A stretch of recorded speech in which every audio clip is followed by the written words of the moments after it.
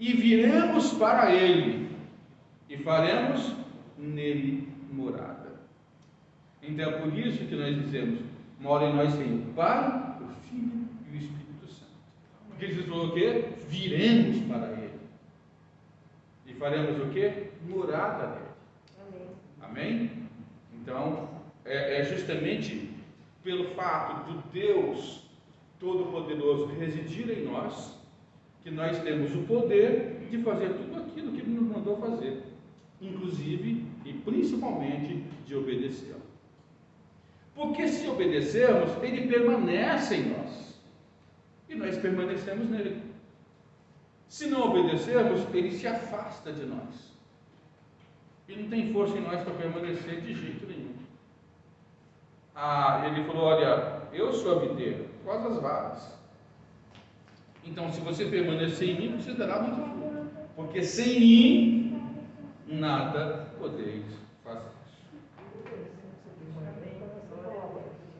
Exatamente. E aí depois ele fala como permanecer nele. Como? Se permanecerdes nos meus mandamentos, permanecereis no meu amor. Assim como eu tenho guardado os mandamentos do meu Pai e permaneço no seu amor. Então a relação de nós com Jesus é como a relação de Jesus com o Pai. Amém? Muito bem. 1 Coríntios 3, 16 e 17. Não sabeis que sois santuário de Deus, que o Espírito de Deus habita em vós? Se alguém destruir o santuário de Deus, Deus o destruirá, porque o santuário de Deus que sois vós é sagrado.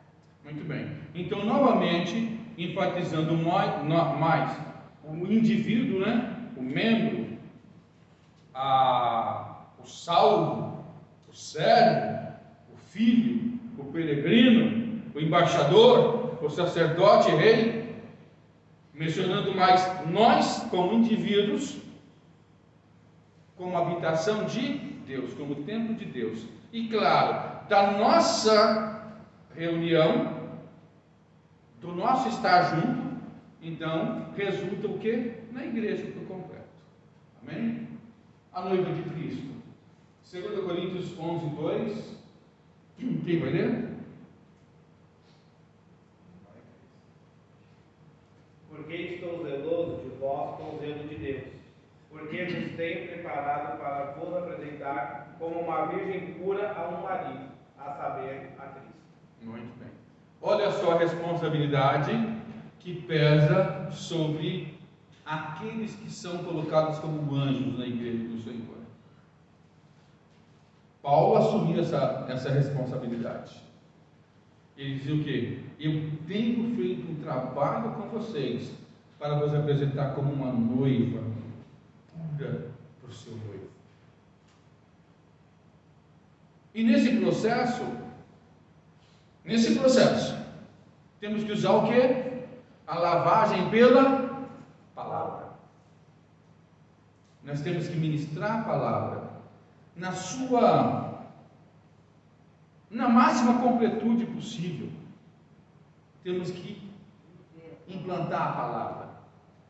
Claro, viver em primeiro lugar, mas vivendo, temos que fazer o quê?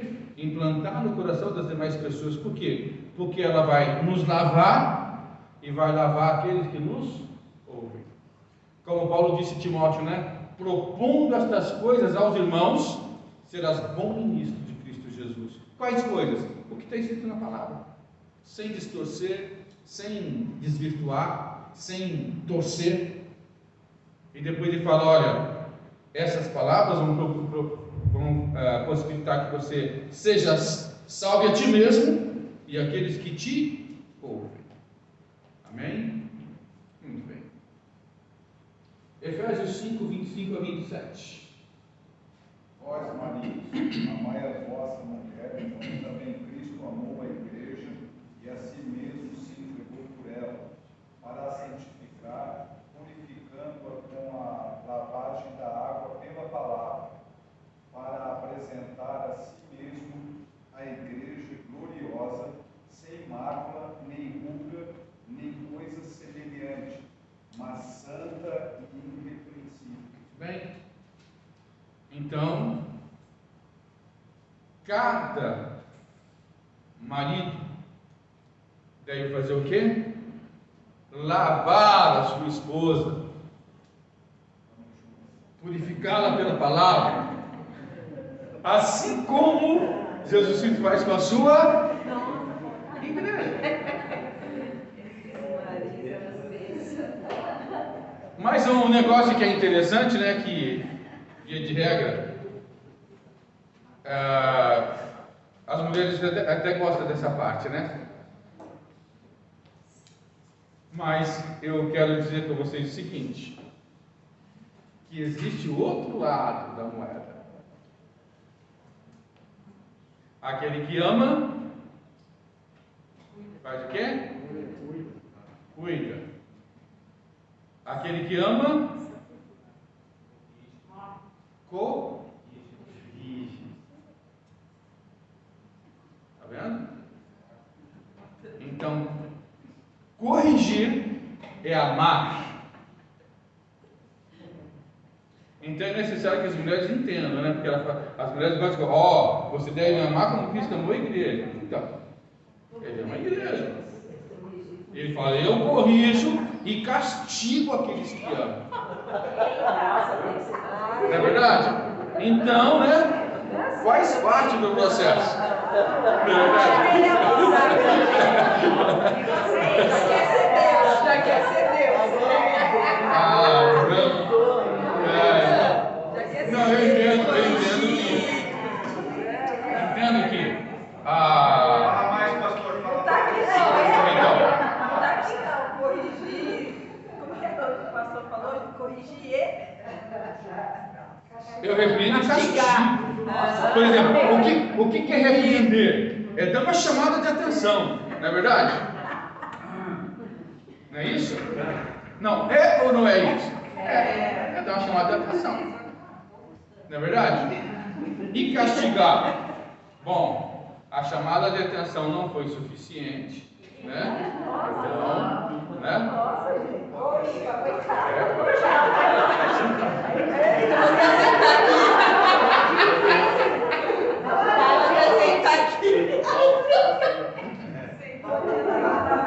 Mas vejam só, irmãos, é justamente aquela questão. É por isso que existe até uma palavra, né, que está correndo muito no meio da igreja aí, por causa daquelas declarações do pastor Ed René, de que a Bíblia tem que ser atualizada, né? E na verdade, o que ele faz ali? Ele faz uma misturança entre coisas que a Bíblia separa muito bem. O que é a lei? Aquela lei dada por Moisés. É uma lei que se compõe de 3 partes: a lei moral, a lei cerimonial e a lei civil. Então, a Bíblia deixa claro que a lei cerimonial não tem mais sentido no Novo Testamento. Não tem mais sentido, não cabe mais. O que era essa lei cerimonial? Era especificando como que era a cerimônia para cada tipo de sacrifício que deveria acontecer no templo. Por que ela não cabe mais? Porque o sacrifício perfeito, o cordeiro perfeito e imaculado de Deus já foi sacrificado. Então, toda a lei cerimonial está o quê? Devidamente abolida. Então, olha só. Então, lei cerimonial não cabe. Não tem nada a ver, não tem nada a ver conosco. Tanto é que eu estou lendo com a Daça a Bíblia. E eu pulei o livro de Levítico, de propósito. Por quê? Porque diz, então, se acontecer tal coisa, você vai pegar 7 carneiros, 7 cordeiros, tal pedido de farinha, e vai fazer isso, vai... Entendeu como que é? E aí cada situação lá tinha um número, tinha forma, tinha, sabe? Isso não existe mais, irmãos. Caiu por terra, não tem o mínimo propósito. O sacrifício perfeito já foi o quê? Realizado. Bem, e a lei civil? Lembra que cada povo da terra tem as suas autoridades, e cada povo da terra escolhe a maneira que se vai governar, define a sua constituição, define as suas leis, define os direitos de cidadania, não é isso? Cada povo da terra faz isso. Então, o que dizia respeito ao povo de Israel era a lei civil de Israel. Não tem nada a ver com o Brasil. A lei civil do Brasil é o Código Civil do Brasil. E é essa lei que a Bíblia diz que nós temos que fazer o quê? Obedecer, cumprir, sujeitar as autoridades.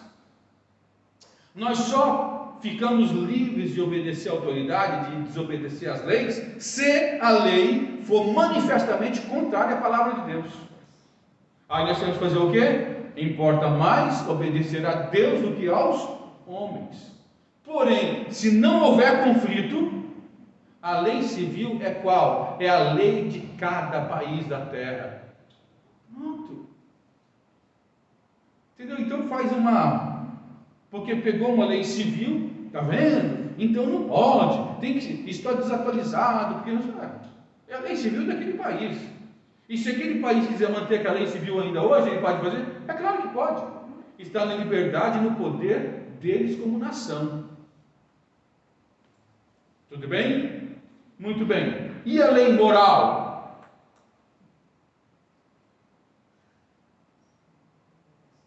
Não se omitirá nem um Jota e nem um tio. Quem falou? O nosso legislador e o nosso rei. Entendam bem. Diz a palavra de Deus que quando muda o sacerdócio, necessariamente se faz o quê? Mudança da lei. Mudou o sacerdócio. Arão não tem mais nada a ver com a igreja. O nosso sumo sacerdote é Jesus. Então aquela lei que existia sobre Arão não existe mais. Agora existe uma nova lei com Jesus. Nota bem, nós estamos debaixo de uma lei, sim, não debaixo da lei de Moisés, mas debaixo da lei de Cristo. Quando Cristo disse lá, um novo mandamento vos dou, ele estava estabelecendo o que? O princípio básico da lei: amai-vos uns aos outros, assim como eu vos amei. E o que ele fez daqueles 10 mandamentos? O que ele fez? Ele levantou ainda mais o nível. Foi dito aos antigos, ou seja, Moisés estabeleceu,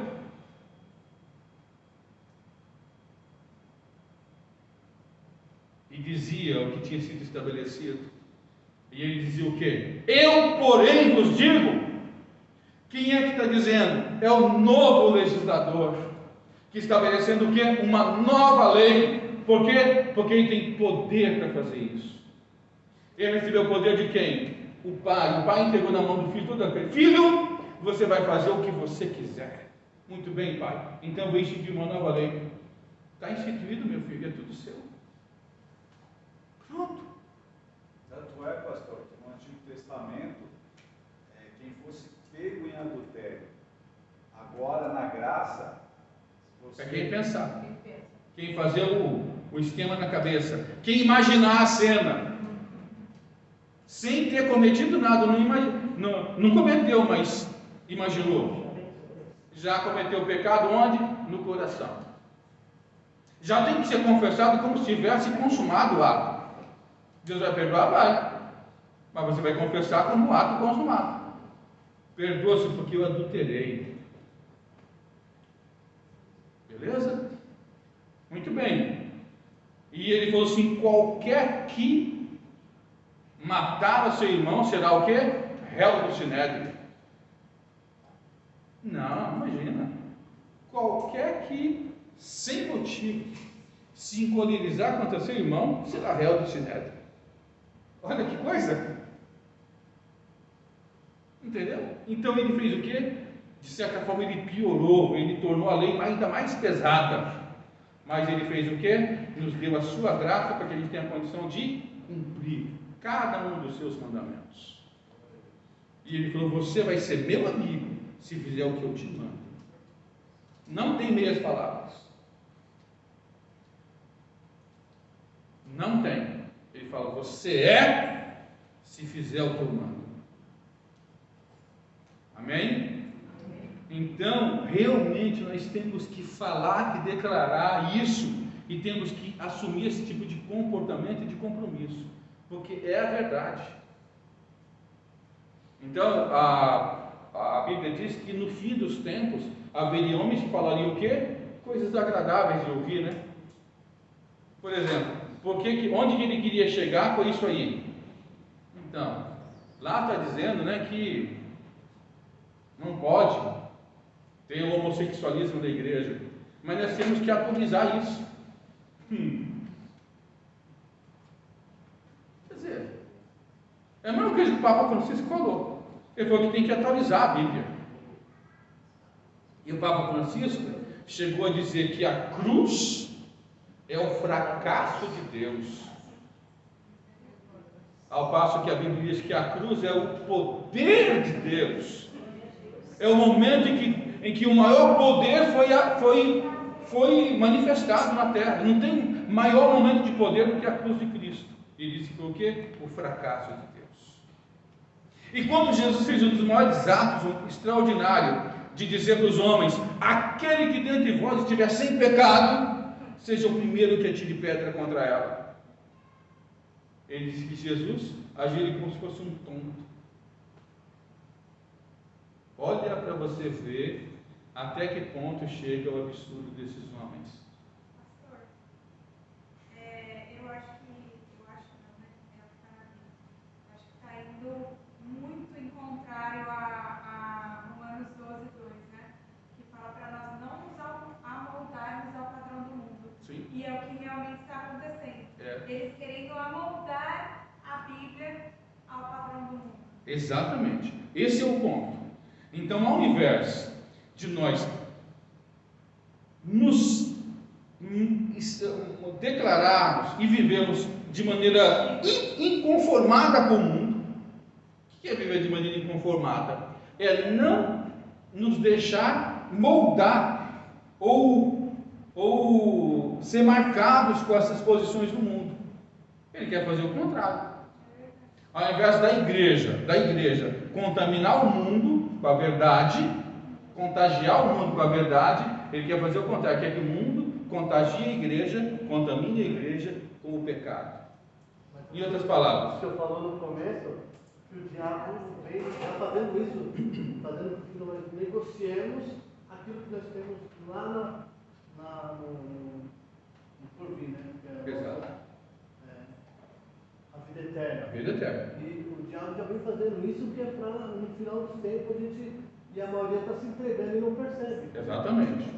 Agora, essa é a grande questão. O que Paulo falou ali? Ele falou: irmãos, eu tenho preparado você como uma noiva para um noivo, que é o quem? Jesus. Então, aquilo que a gente estava falando, nós temos, aí quando eu estou dizendo agora, nós pastores mesmo, homens que Deus tem colocado para ensinar, para instruir, para conduzir a igreja nesse processo, temos que declarar e ensinar isso, porque senão não estaremos sendo fiéis e leais à tarefa que Ele nos incumbiu. Amém? Muito bem. Apocalipse 19:7. Regozijemo-nos e alegremo-nos e demos de glória, porque lindas são as bodas do Cordeiro e a sua esposa será. Muito bem. A esposa já se ataviou, ou seja, ela já tomou o seu banho, já colocou os seus perfumes, né? Já se vestiu com aquele vinho finíssimo que são os atos e justos dos santos, né? Já se enfeitou e já está pronta para ter um encontro com o noivo. Esse é o alvo, esse é o propósito, esse é o objetivo. E a igreja precisa cumprir isso, porque senão ninguém mais vai cumprir. Amém? 21:2. também a cidade santa, a nova Jerusalém que descia dos céus, da parte de Deus, adornada como uma linda noiva para o seu esposo amado. Muito bem. Amém? E finalmente 22:17. O Espírito e a esposa dizem, vem. E quem ouve, diga, vem. E quem tem sede, vem. E quem quiser, tome de graça da água. Amém, Deus. Então, quando a noiva está realmente na posição desejada pelo noivo, ela declara isso. Teve uma vez que tinha um grupo de pessoas numa cidade cercada, né? Saladino, o sultão do Egito, havia cercado a cidade de Jerusalém, que estava em poder dos, entre aspas, cristãos. Por que entre aspas? Porque aqueles cristãos queriam conquistar os povos através da luta armada. Imagina. Então você aprisionou o sujeito, falou, ou você recebe Jesus ou morre. Essa não é a proposta de Jesus. A proposta não é você cercar o cara e falar, ou recebe ou morre. Não. É receber Jesus, obedecer Jesus e viver para a glória de Jesus. Viver segundo a vontade de Jesus. Entende? Mas tudo bem. Né? Eram os cristãos que estavam ali cercados de Saladino em volta.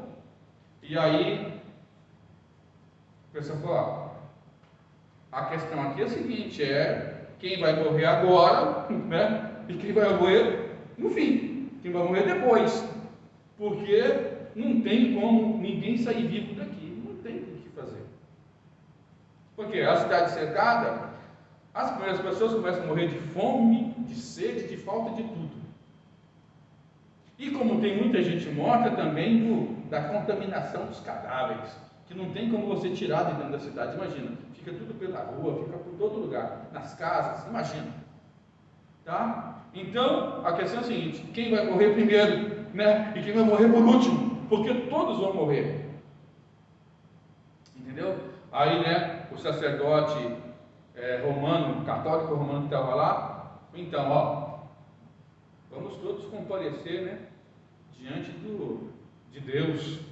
Ele falou assim, Deus me livre. Quer dizer, aqui não vai ser Deus me livre. Deus vai livrar você de comparecer diante dele? Olha só até que ponto chegou. Deus me livre disso, imagina. Entendeu? Tá? Então é por aí. Muito bem. Propósito da igreja.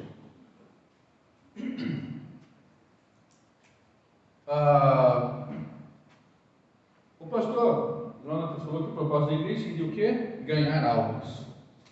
E é justamente a tarefa que Jesus deu para a igreja. Cumprir o quê? A grande comissão. A grande comissão é a missão da igreja. É a missão. Não é uma missão, é a missão. É como se fosse a única. E todas as demais fossem simplesmente desdobramentos dela. Tudo o que a igreja vai fazer deve ser com o propósito de fazer o quê? Cumprir a ordem que recebeu de Jesus. E qual foi essa ordem? Olha lá. E chegando-se Jesus falou-lhes dizendo, é-me dado todo o poder no céu e na terra. Lembra do que a gente comentou? Que Jesus pode determinar o que ele quiser. Quem é que pode determinar o que ele quiser? O Criador. O Pai entregou nas mãos do Filho todas as coisas. Jesus, o Pai a ninguém julga, mas entregou ao Filho todo o juízo. O Pai deseja que todos honrem o Filho como honram a Ele mesmo. Amém? Então o Pai falou, Filho, é com você. E o Filho fez o que então? Todo o poder me foi dado no céu e na terra. Então ele diz, fazei discípulos de todas as nações, batizando-os em nome do Pai, do Filho e do Espírito Santo, e ensinando-os a guardar todas as coisas que eu vos tenho mandado. E eis que estou convosco todos os dias, até a consumação dos séculos. Quando você for fazer discípulo, ensinar tudo que Jesus mandou, Jesus falou que eu estarei com você. Amém? Eu estarei com você, não vou te deixar nunca. Agora, o que é que nós devemos ensinar? Não é a opinião de cada um, não é o que cada um acha, não é o que cada um pensa. Não. Não é o que a voz do mundo fala. Não é o que as minorias ficam exigindo. O Vladimir Lenin, que implantou o comunismo na União Soviética, fez uma declaração que nós temos que pensar muito nela. Muito. Ele disse assim: a minoria organizada sempre prevalecerá contra a maioria desorganizada.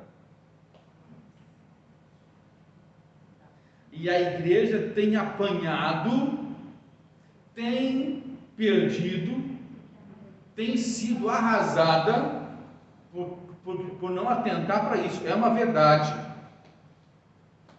E o próprio Deus reconheceu isso. Quando que Deus reconheceu isso? Quando Ele falou para nós o quê? Tudo que ligares na terra será ligado no céu. Organizem-se.